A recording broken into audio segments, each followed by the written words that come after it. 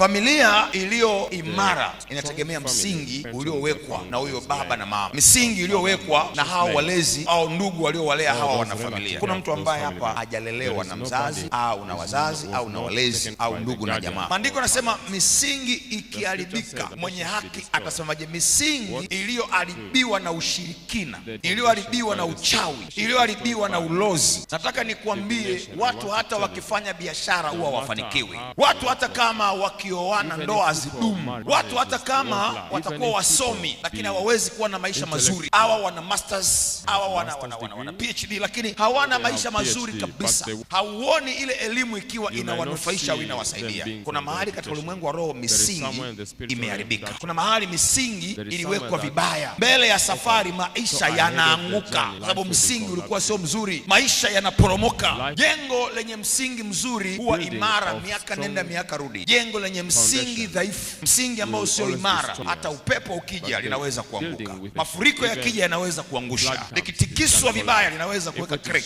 linaweza kuweka nyufa. Jengo ambalo halina msingi mzuri halikugarantii future. Familia au mtu ambaye hana msingi mzuri katika maisha, msingi wa kiungu, msingi wa haki ya Mungu, huyu mtu au hii familia inaweza kuanguka muda wowote ule. Haina kesho nzuri, haina hatima nzuri. Leo hii tunalia, tunahangaika ndani ya familia, ndani ya jamaa zetu kwa sababu ya misingi mibovu tulio nayo. Wenda ikawa wengine walikuwa na misingi mizuri mwanzoni, lakini hapo katika kukua kwao ile misingi mizuri ikaharibiwa. Akaja mjenzi mwingine akaanzisha misingi mingine mibovu. Wengine walikuwa na misingi mizuri ya imani, misingi mizuri ya kiroho, wakawa wanaenda vizuri kabisa, wanashikamana na Bwana, wanashikamana na Mungu, lakini ghafla akatokea mjenzi mwingine, injinia wa kipepo, akaanza kumshauri kukataa misingi ya kiungu, kukataa misingi ya kiroho ya kiungu. Ghafla akadivert njia yake, akapata shortcut, akaenda kwa nguvu za giza, akaenda kwenye ushirikina, na mwisho wa siku akaanzisha misingi mibaya. Na leo hii wengi wao au huyo mtu analia kwa sababu ya misingi mibaya aliyoianzisha ambayo ni mipya. Wengine ndio kabisa hata misingi yenyewe ninapozungumzia wajue hawana misingi ya nguvu za giza kwa maana ya kichawi, hawana misingi ya kiroho ya imani ya kiungu. Hawana. Wapo tu ndio wale ukiwaambia twende kwenye maombi, nisiendi. Twende bwana kanisani, ndio kufanya nini? Ndio nini? Twende ukaombewe, anacheka mbavu ana. Kwa mganga haendi, kanisani haendi, msikitini haendi, yeye yupo tu. Huyu na yeye yuko kwenye shida, yuko kwenye dhiki, yuko kwenye tabu, pofu, hajui aendako, hajui mbele kuna nini. Nataka nizungumzie leo jambo hili. Misingi ndani ya familia yako imebomoka, imeharibika. Leo itajengwa upya katika mpango wa Bwana. Itasimamishwa na itafanikiwa leo.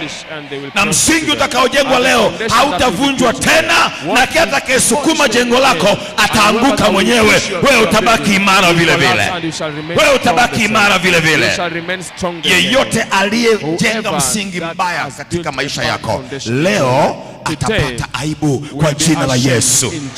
Atapata aibu kwa jina la Yesu. Leo Mungu atajenga msingi ulio imara kwako kama mwenye haki wake, na kila utakachofanya utaenda kufanikiwa. Kwa msingi wa leo utafanya biashara, utafanikiwa. Kwa msingi wa leo utaanzisha ndoa mpya, itaenda kufanikiwa. Amani mpya ndani ya ndoa yako itaenda kufanikiwa. Mahusiano mapya yataenda kunawiri. Kwa msingi wa leo mwanangu, hata kama familia yako imeparaganyika, itaunganika tena, itaungana tena, itaenda kusimama tena.